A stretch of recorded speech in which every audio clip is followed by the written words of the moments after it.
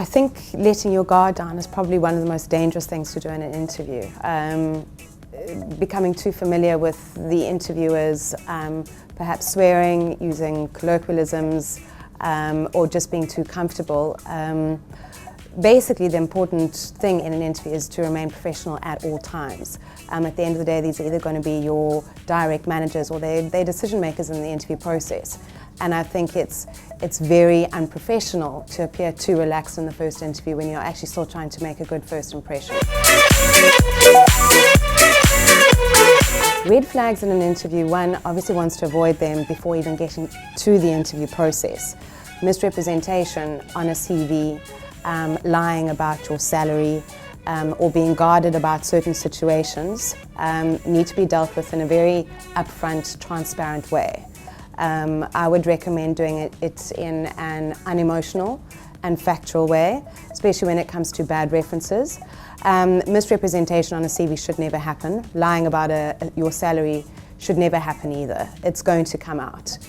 Most companies nowadays ask for a pay slip at the end of the process. And if you've lied or misrepresented about your salary or your benefits, it will come out. And unfortunately, it will probably get in the way of you getting an opportunity at the company. They think it's a good idea to bring a previous employer down in the hopes of making themselves seem more favourable to their interviewer. All this does really show, though, is an inability to remain professional. At the end of the day, all companies have their politics, all companies have their challenges. So if you go around spreading previous experiences in a negative light, the company will only be nervous that you're going to do the same thing about them at a later stage.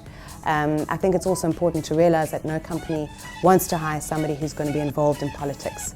I think it's hard enough without having individuals contributing to negativity. Asking questions alludes to many things, one of which is lack of preparation. But obviously the biggest thing, it makes you appear that you aren't interested in the opportunity. It makes you look like you aren't wanting to know more, or that you're not wanting to make an informed decision when you make a decision about the opportunity.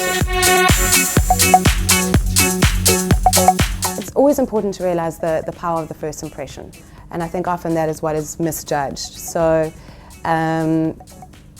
not chewing gum during an interview, sitting up, positive body language, not having your arms folded, turning your cell phone off, not smelling of cigarette smoke. I think these are all things that you underestimate the power of when going into an interview, and the importance of winning the interview.